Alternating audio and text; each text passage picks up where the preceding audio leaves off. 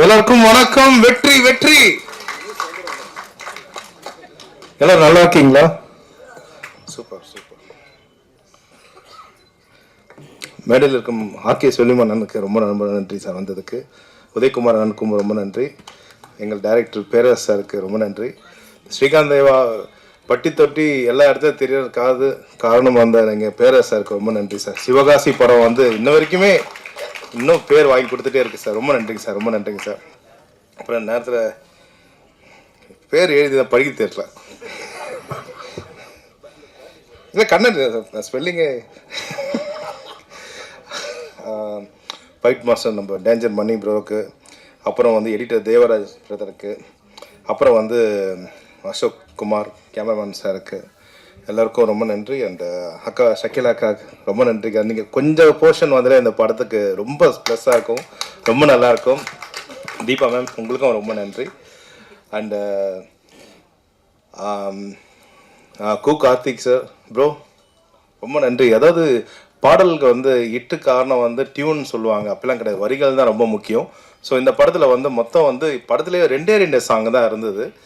But 2 சாங்குமே நல்லா முடித்தோம். ஒன்று டான் சாங்கு ஆனந்த் சாரோட சாங்கு, அப்புறம் வந்து ஒரு ஆந்திரா பார்டரில் நடக்கிற ஒரு ஐட்டம் சாங் மாதிரி. ஆக்சுவலாக 2 சாங்குமே வந்து சூப்பராக வந்திருக்கு. கு கார்த்திக் சார் ரொம்ப நல்லா எழுதியிருக்காரு.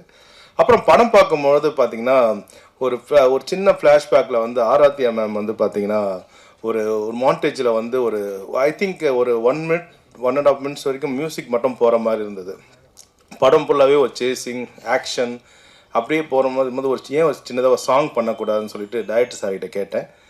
முகுந்தன் சார் ஏற்கனவே கொஞ்சம் மெயினாக சொன்னது கொஞ்சம் பட்ஜெட்டாக இருக்குது, இது 3வது சாங்கு ஆட் ஆச்சுன்னா ரொம்ப பெரிய ப்ராப்ளம் வருமானு போது நான் அதெல்லாம் சொன்னேன் சார், அதெல்லாம் வேண்டாம் சார், நான் சாங் பண்ணி கொடுக்குறேன்னு சொல்லிட்டு பண்ணது தான் 3வது அந்த கிட்டார் சாங். ஆக்சுவலாக அது மாதிரி நான் வந்து ஒரு சில படத்துக்கு நான் பண்ணியிருக்கேன், மாண்டேஜ் வச்சு பண்ணி. அந்த குத்து படத்தில் என்னை தீண்டி விட்டாய், எங்கே இருந்தா என்ற படம் வந்து தென்னாவட்டு படத்தில், அது மாதிரி இந்த சாங் வந்து மிகப்பெரிய ஹிட் ஆகும். ஆக்சுவலாக அதில் ரொம்ப நல்லா பண்ணியிருக்கீங்க, தேங்க்யூ ஸோ மச். அண்ட் அதே மாதிரி கிளைமேக்ஸ்லேயும் ஒரு அந்த சாங் போடல, ஏன்னா அது ஆல்மோஸ்ட் கிளைமேக்ஸ் எண்டில் வரும். ஆக்சுவலாக அப்புறம் வந்து இந்த முகுந்தன் சார் வந்து பார்த்தீங்கன்னா சார் வாங்க சார் முதல் படம் தான் சூப்பராக பண்ணியிருக்காரு. பலத்த கரகோஷம் கொடுங்க எங்கள் டைரக்டர். அதாவது ஒரு படத்துக்கு என்னென்ன வேணுமோ எல்லாமே இருக்குது. ஆக்சுவலாக ஆக்ஷன் இருக்கும், சேஸ் இருக்கும், அட் த சேம் டைம் வந்து ரொமான்ஸ் இருக்கும், காமெடி இருக்கும், எல்லாமே. அதாவது சாங்னா ஹிட், ஒரு கானா சாங் மாதிரி ஒன்று இருக்கும், ஒரு ஐட்டம் சாங்கு, லவ் சாங் எல்லாமே இருக்குது. ப்ரொடியூசர் கொடுத்த பட்ஜெட்டுக்கு சூப்பராக பண்ணியிருக்காரு. ஆக்சுவலாக thank you Mukundan sir, thank you so much. And இந்த ஃபங்க்ஷன் ரொம்ப அழகாக நடக்கிறதுக்காக நம்ம பிஆர்ஓ சதீஷ் அவருக்கு நல்ல பலத்த கரகோஷம் கொடுங்க. மெயின் வந்து இந்த படத்தில் ஆர்ஆரும் நல்லா பேச படம், அதுக்கு சமீபதா மேம் உங்களுக்கு ரொம்ப நன்றி சொல்லணும். ஆக்சுவலாக ஏன்னா இந்த பக்கம் நம்ம ஆனந்த் சார் ஆக்டிங் பற்றி சொல்லி ஆகணும். அதாவது எனக்கு ரொம்ப மிகப்பெரிய பாக்கியமாக நினைக்கிறேன் அவர் சாரோட. அதாவது நான் ஏஜ்லாம் சொல்ல மாட்டேன் சார், ஆனால் பாக்கியம் தான் சொல்லுவேன். ஏன்னா ராஜா சார் அவர் கூட அவரோட இதில் மியூசிக் பண்ணியிருக்காரு, அப்பா மியூசிக் பண்ணியிருக்காரு, ரகுமான் சார் மியூசிக் பண்ணி, S A Rajkumar sir music பண்ணியிருக்காரு, சிற்பி சார், எல்லாரும் பண்ணுற வரிசையில் நானும் பண்ணது நான் ரொம்ப பெருமையாக நினைக்கிறேன் சார் உங்கள் கூட ஒர்க் பண்ணுறது. ஆக்சுவலாக ஒரு பெரிய ரொம்ப ஸோ உங்களோட ஆக்ஷனுக்கு வந்து அதுக்கு அப்படியே ஆப்போசிட்டில் ஒருத்தவங்க வரணும்னா அது வந்து சமீபம் மேம் சூப்பராக சேலஞ்சிங்காக பண்ணியிருக்காங்க. ஆக்சுவலாக ஸோ அது ரொம்ப இந்த நேரத்தில் நல்ல பலத்த கரகோஷம் கொடுங்க அவங்களுக்கு. ஆக்சுவலாக இந்த படத்தில் அப்பா பாடியிருக்காரு, ரொம்ப நல்லா வந்திருக்கு. ஓப்பனிங் சாங் கேட்டிருப்பீங்க, அப்பாவுக்கு ரொம்ப நன்றி. அண்ட் ரொம்ப புது சிங்கர்ஸ்லாம் பாடியிருக்காங்க, எல்லாமே நல்ல பெரிய சிங்கர்ஸ் பாடியிருக்காங்க. அண்ட் என்ன சொல்கிறது, எங்கள் ப்ரொடியூசர் சார் ரொம்ப நன்றி சார். முதல் படம் எடுக்கிறீங்க சார், நான் சொல்கிறேன் சார், இதே சினிமாவில் நீ கண்டினியூஸாக மூவிஸ் பண்ணிகிட்டே இருப்பீங்க சார். ஆக்சுவலாக அந்த அன்பு தான் சார் உங்களுக்கு. அதே பிரியாணி மறுபடியும் சொல்கிறேன், கவலைப்படாதீங்க. என்னென்னா அதாவது வேலூர்லேருந்து பிரியாணி கொண்டு வரது இயல்பு தான். ஆக்சுவலாக ஆர்கார்லேருந்து பிரியாணி கொண்டு வரது ஓகே தான். இப்போ கவிஞர் சொன்ன மாதிரி எங்கள் மேலே எவ்வளோ அன்பு இருந்தால் அவ்வளோ பெரிய ப்ரொடியூசர் ஏசி ஆஃப் பண்ணிட்டு கொண்டு வர பிரியாணி, ஏன்னா சூடாக இருக்கணும்னு சொல்லிட்டு 4 hours ஏசியே இல்லாமல் வராருன்னா எவ்வளோ பெரிய மனிதர். ஆக்சுவலாக இது மட்டும் இல்லை, அதாவது இந்த படத்துக்கு என்னென்ன சப்போர்ட் வேணுமோ எல்லாமே அவர் பண்ணி கொடுத்தாரு. அவருக்கும் அரங்கம் நடந்த மாதிரி நல்ல பலகத்த கரகோஷம் கொடுங்க. ரொம்ப நன்றி சார், ரொம்ப நன்றி sir. So media people, press எல்லாரும் இந்த படத்தை நல்லா பலமாக எழுதுங்க. ரொம்ப நல்லா வந்திருக்கு. ஸோ என்னோட மேனேஜர் பிரசாத் ப்ரோக்கும் எல்லாருக்கும் ரொம்ப நன்றி. So thank you so much. வெற்றி வெற்றி ஜெயிக்கிறோம். Thank you thank you. பொசுக்குன்னு இப்படி சொல்லிட்டேம்மா. எஜமான்ன்றது ஒரே ஒரு ஆள் தான், அது சிவபெருமான். எந்த கோயிலில் சிவன் கோயிலில் போனாலும் அவங்க மந்திரம் சொல்லும்போது எஜமானஷ்ய சிவகோத்ரோத்பவஷ்ய அப்படின்னு ஆரம்பிப்பாங்க. டைட்டில் பஞ்சத்தில் நானும் கோயிலுக்கு போனப்போ இது இந்த கேட்ட உடனே சரி எஜமான் தான் டைட்டில்னு ஏவிஎம் படத்துக்கு, ரஜினி சார் படத்துக்கு வச்சேன். அவ்வளோதான். அது கூட தெய்வம் தந்த பரிசு தான். புரியுதம்மா? எஜமான் ஒரே ஆள் தான். நான் சின்ன வயசில்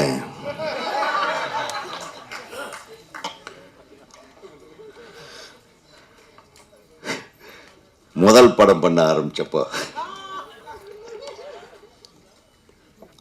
இப்போ எங்கிட்ட ஒரு அசிஸ்டன்ட் டைரக்டர் இருந்தார். ரொம்ப ரெட்டவாளம். செல்வமணி சாரோட கிளாஸ்மேட்டு. அவன் ஒன் சைடாக தான் அவன் பேசினா ஒரே தடவை தான் பேசுவான். அதுக்கப்புறம் நான் திருப்பி சொன்னேன் இது மாற்றிக்கிட்டான்னா அது மாற்றிக்கவே மாட்டேன். சார் இந்த கேரக்டருக்கு ஆனந்தராஜன் நம்ம கிளாஸ்மேட் இருக்கான் சார், அவனை கூப்பிட்டு வந்திருக்கான் சார்ன்ட்டான். என்னுடைய முதல் படத்தில் அவருக்கு அதுதான் முதல் படம். உரிமை கீதம் படத்தில் 1988. ஸோ நானும் சின்ன பையன், அவனும் சின்ன பையன். இப்போ ஓகேவா? சந்தோஷமா? ஸோ 2 பேரும் விளையாடணும் அந்த படத்தில். நான் இயக்குனராக விளையாடினேன், அவர் வில்லனாக விளையாடினார். என்ன ஒரு கொடுமைன்னா, நான் ரொம்ப கொடுமை பண்ணிட்டேன் அன்றைக்கி. அவருக்கு நம்ம படத்தோடு சேர்ந்து இன்னொரு படமும் அவருக்கு வாய்ப்பு கிடைச்சது. சண்முகப்பிரியன் இயக்குனர் அவர்கள் இப்போ இல்லை, அவருடைய படம். அந்த படத்துலேயும் வாய்ப்பு கிடைச்சது. பயங்கர காய்ச்சல். அன்றைக்கி பார்த்து நடிகர் கார்த்திக் சார் டேட்டு பிடிக்கிறதே கஷ்டம். அப்பா ஏய் இன்றைக்கி விட்டா திருப்பி பிடிக்கிறது கஷ்டம், எப்படியாவது வந்து நான் வந்து காய்ச்சலில் இருக்கேங்க அப்படின்னு. சரி பரவாயில்ல, ஒரு டேப்லெட்டை போட்டு வந்துரு, சும்மா நடக்கிறது தான் அப்படின்னு சொல்லிவிட்டு இன்றைக்கி இருக்க ராமச்சந்திர ஹாஸ்பிட்டல் அது வந்து அப்போ கன்ஸ்ட்ரக்ஷன் பண்ணிகிட்ருக்கோம். அது எப்படின்னா அதெல்லாம் பர்மிஷனே தர மாட்டார் உடையார் ஐயா. அந்த கன்ஸ்ட்ரக்ஷனை செங்கல் வைக்கிறதுலேருந்து ஃபுல் பில்டிங்கு நான் படமாக எடுத்து கொடுத்தேன், டாக்குமெண்ட்ரியாக. ஸோ அதுக்காக அவர் வந்து என்னடா தம்பி நீ படம் பண்ணுறீங்களே, உனக்கு என்ன வேணும், இந்த இடத்துல எனக்கு ரோடு வேணுங்க, இந்த பில்டிங் நான் படம் பண்ணேன், இது இன்னும் ஃபுல்லாகவே கட்டலையே, இந்த பாதி பில்டிங்கில் தான் வில்லன் ஆனந்தராஜ் வில்லன் அது சொன்னால் அது வில்லன் சீக்வன்ஸ் எடுக்கிறதுக்குன்னு அவர் இன்னும் ரோடு போட்டு கொடுத்தார். அங்கே கேமரா இதெல்லாம் எக்யூப்மெண்ட்ஸ் எல்லாம் கொண்டு போகிறதுக்கு, வேன் எல்லாம் போகிறதுக்கு. ஏன்னா அப்போல்லாம் களிமண்ணாக இருந்தது இந்த இடம். அப்போ பாதி அப்படி ஒரு ஸ்கெலிட்டன் பில்டிங், அதில் ஸ்டெப்ஸு மட்டும் இருக்கும். அந்த ஸ்டெப்ஸில் ஓடுவார். இவன் காய்ச்சலில் வந்தால் என்ன நான் ஒரு பெரிய கிரேன் வச்சுட்டேன், ஒரு 16 மாடி நீ ஓடணும், கார்த்திக் துரத்தணும், ஒரே ஷாட்டில் எடுக்கிறேன்ட்டேன். ஆமாம் சார் நீ எனக்கு கொண்டிருக்கலாம் இதுக்கு அப்படின்னா. சரி பரவாயில்ல, முதல் படத்துலேயே இப்படி ஒரு தண்டனையான்ட்டு. ஆனால் ஓடினாம் பாரு ஆனந்தராஜ். உண்மையிலுமே 104 டிகிரி காய்ச்சலுங்க. எனக்கு வந்த மனிதாபிமானமே இல்லாத ஒரு எனக்கு அன்னைக்கு விட்டேன்னா அந்த படத்தை எடுக்க முடியாது திருப்பி. அவ்வளவு சிரமங்கள் அன்னைக்கு. ஸோ அந்த ஓட்டம் இன்னைக்கும் நிற்கல. நான் அப்போவே அழகாக இருப்பான். ரொம்ப நம்ம இன்ஸ்டியூட்டுன்னு ஒன்றே நம்மளுக்கு ஒரு சந்தோஷம். செல்வமணியோட கிளாஸ்மேட் அவர், செல்வமணி செய்யார் இவங்கெல்லாம் கிளாஸ்மேட். சரி வாடாப்பா அப்படின்ட்டு. ஆனால் he has done wonderful in that movie. அதுக்கப்புறம் என்னுடைய இன்னொரு படம் உறுதிமொழியில் ஒரு மிக முக்கியமான கதாபாத்திரம், டேர் டெவில் கேரக்டர். அது இன்டர்வெல் அப்படி வந்து நிற்பாங்க, அதுதான் இன்டர்வெல். அது எக்ஸ்ட்ராடினரி கேரக்டர் பண்ணார். ஸோ அப்படி சின்ன வயசில் ஆரம்பித்தது. அவர் இன்னும் நடிச்சிட்ருக்கிறாரு. நான் அடுத்த வாரம் இன்னொரு படம் ஆரம்பிக்கிறேன் அப்படின்னு வச்சுக்கலாம். சும்மா விட்டுற முடியாதுல்ல. 2 பேரும் ஒரே அடியாக போயிட்டே இருக்கணும், ஒரே ட்ராக்கில். என் தம்பிங்கள்லாம் ரெடியாக இருக்காங்க. அடுத்தடுத்து செல்வமணி, பேரரசு அவர்களெல்லாம் இயக்குநர்களாக களமியங்க போகிறார்கள் என்பதை இங்கே நான் அறிவித்துக் கொள்கிறேன். ஜாக்கிரதையாக இருக்கணும் எல்லாரும். சினிமா இண்டஸ்ட்ரி மாறப்போகுது. திருப்பி பழையபடி சிறப்பான படங்கள் ஓடப் போகிறது.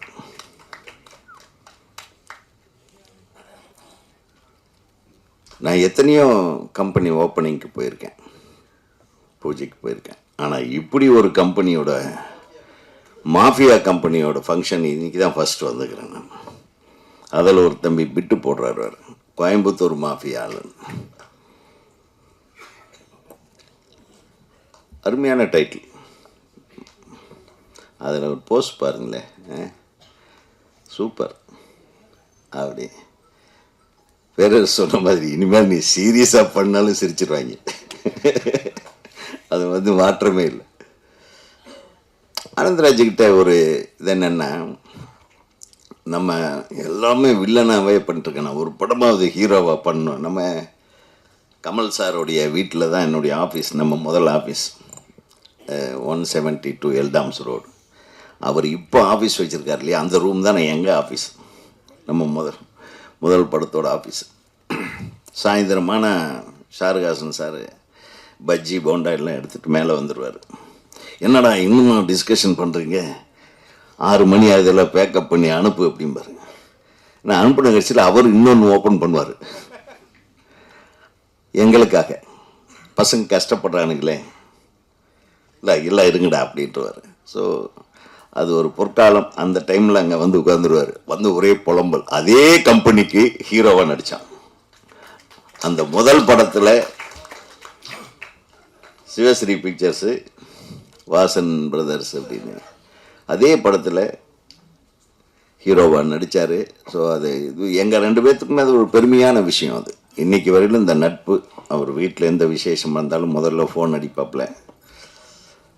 ஸோ ஆனந்தராஜுடைய வளர்ச்சி எனக்கும் எங்கள் திரைப்படக் கல்லூரிக்கும் ஒரு மிகப்பெரிய ஒரு பொக்கிஷம். ஏன்னா திரைப்படக் கல்லூரியிலேருந்து வந்தவங்க யாருமே, நடிக்க வந்தவங்க யாருமே சோட போனதில்லை. ஃபஸ்ட்டு ரஜினிகாந்த், அவர் ஃபில்ம் இன்ஸ்டியூட். ஹலோ, கொஞ்சம் கேளுங்க, முக்கியமான மேட்ரு, கண்டென்ட் கொடுத்துட்ருக்குறேன். திரைப்படக் கல்லூரி முதல்ல சேம்பரில் இருந்தப்போ அதில் நடிப்பு கல்லூரியில் படித்தவர் தான் ரஜினிகாந்த் சார், சூப்பர் ஸ்டார். அதுக்கப்புறம் நிறைய பேர் ஃபிலிம் இன்ஸ்டியூட்லேருந்து நடிகர்களாக வந்தவங்க. சிரஞ்சீவி, நிறைய பேர்.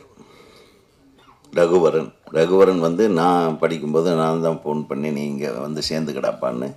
கோயம்புத்தூரில் எனக்கு ஜூனியர் அவர். அவனையும் இழுத்து கொண்டாந்து விட்டு ஒரு மிகப்பெரிய ரவுண்ட் வந்தார். இதான் எங்கள் மாஃபியா கம்பெனி தான்.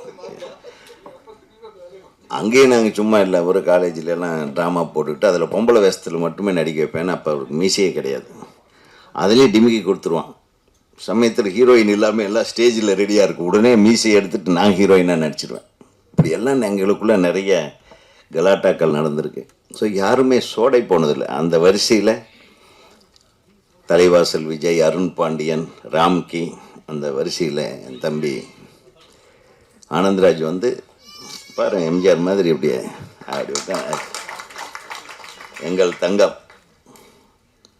எப்பவுமே அந்த சிரிப்பு ஒரு சிறப்பான, இன்றைக்கும் நாளைக்கும் எப்போ கேட்டாலும் அந்த நடிக்கிறதுக்கு வேறு எதாவது செய்யணுமா மாப்பிள்ள, சொல்லுங்கள் நான் வந்துடுறேன் அப்படிம்பார்.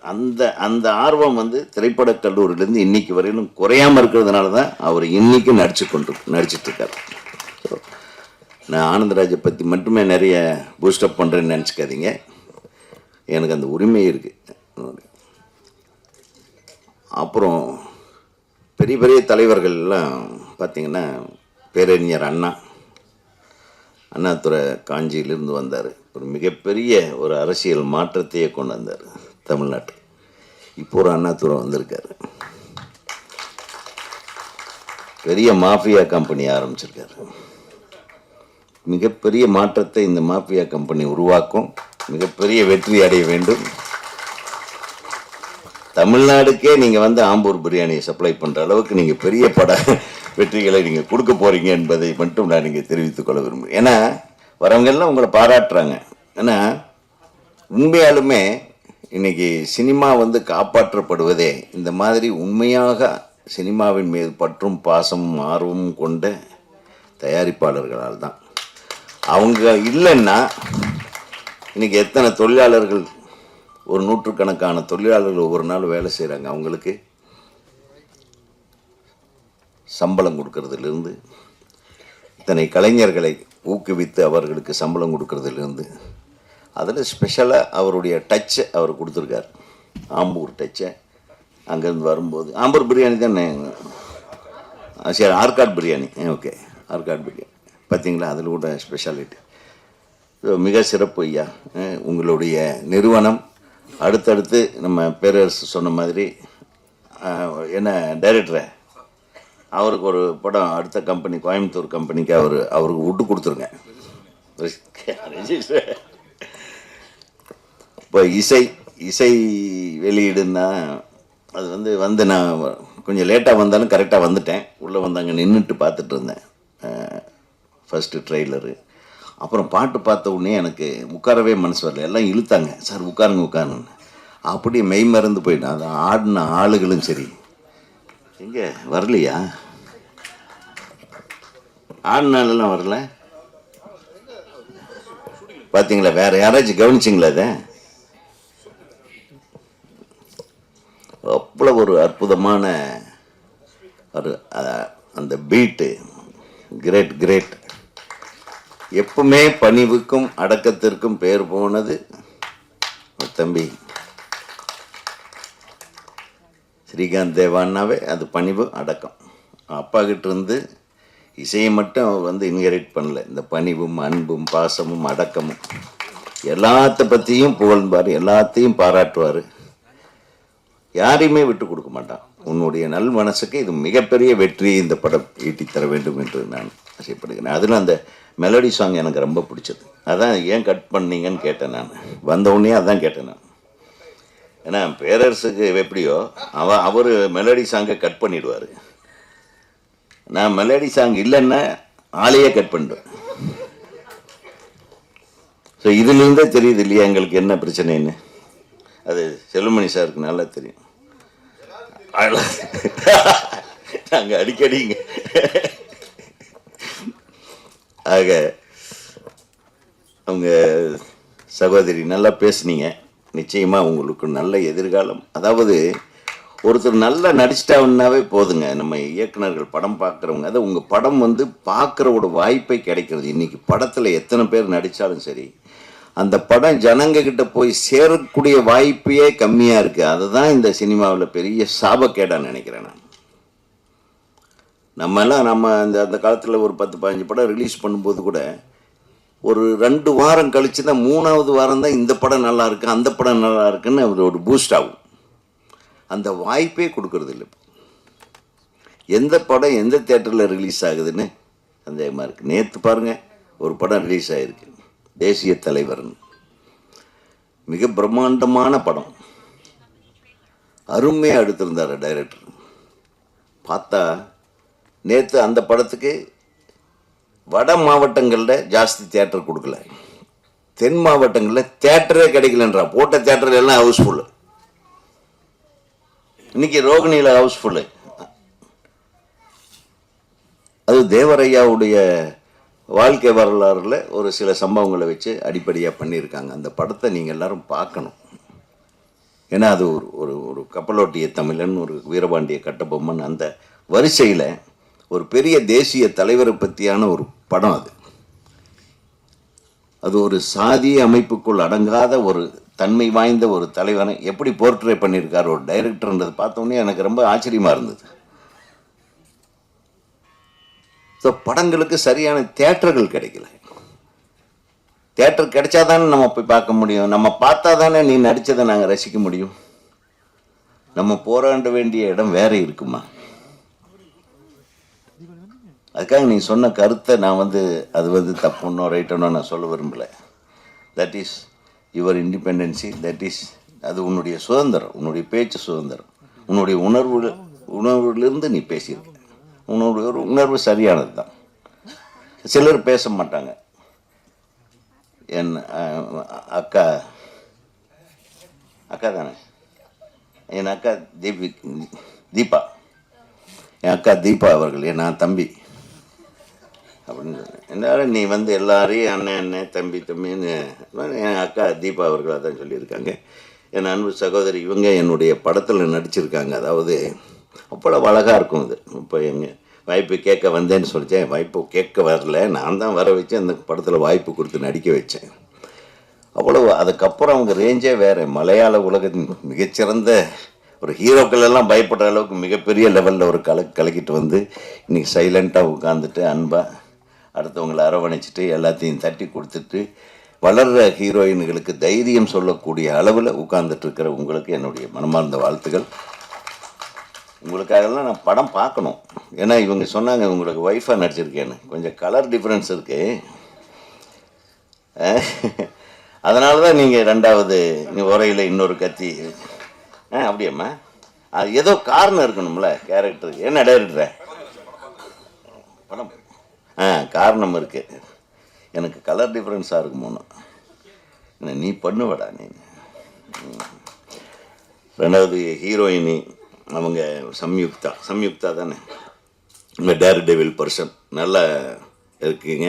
படத்துலேயும் நல்லா உங்களுடைய உங்கள் ஸ்டேச்சர் நல்லா இருந்தது. நல்லா அந்த சொன்ன மாதிரி விஜய் சாந்தி மாதிரி நீங்கள் வரணும்னு வாழ்த்துறேன். கவிஞர் இங்கே கண்ணாடி போட்ட கவிஞர் கார்த்திக் நிறைய பாட்டு எழுதியிருக்காரு. வாழ்த்துக்கள் கார்த்திக். இது உங்களுக்கு ஒரு நிறைவான படமாக அமையட்டும்.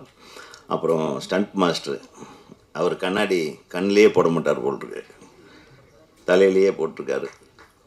உங்களுக்கு என்னுடைய வாழ்த்துக்கள். இந்த படத்தில் பணியாற்றிய அனைத்து தொழில்நுட்ப கலைஞர்களுக்கும், குறிப்பாக உதவி இயக்குனர்கள், இணை இயக்குனர்கள், துணை இயக்குனர்கள், ஒளிப்பதிவாளர், சவுண்ட் ரெக்கார்டிஸ்ட்டு, எடிட்டர் மற்றும் இசைக்கோர்வையிலே இசை அமைப்பில் பங்கேற்று கொண்ட அனைத்து இசைக்கலைஞர்களையும் நான் மனதார வாழ்த்தி, இந்த திரைப்படம் மிகப்பெரிய வெற்றி படமாக அமைய வேண்டும். அது இயக்குனருக்கு ஒரு முதல் படத்துலேயே இப்படி ஒரு நல்ல பேரோடு எல்லாரும் வாழ்த்துற அளவுக்கு ஒரு டைரக்டர்னு பேர் வாங்கின முகுந்தனுக்கு நம்ம மனதார தமிழ்நாடு திரைப்பட இயக்குநர்கள் சங்கத்தின் சார்பாக எனது மனமார்ந்த வாழ்த்துக்களை தெரிவித்து, எங்கள் சங்கமே உன்னை வாழ்த்தியதாக நீ நினைத்துக்கொள் என்று கூறி நன்றி கூறி விடைபெறுகிறேன். நன்றி, வணக்கம்.